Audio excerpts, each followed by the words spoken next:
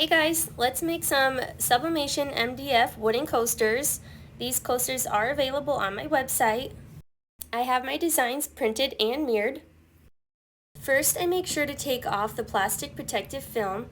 I use either a weeding tool or an X-Acto knife also works, and I just carefully remove it at an angle.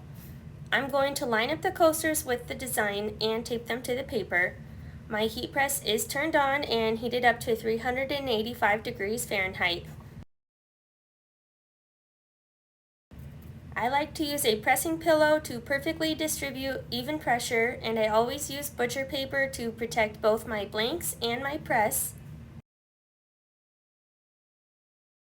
I make sure the design is face down on the coaster and then close my press. I am pressing these for 60 seconds. After 60 seconds, I will take the coaster off the press, and before I completely remove the paper, I like to pull back one of the corners to see how the design looks. If it needs more time in the press, I can easily place that corner back down and press it for longer. But this one looks good, it's nice and glossy. These blanks are available on my website in the square and round shapes. They have a nice cork backing to them.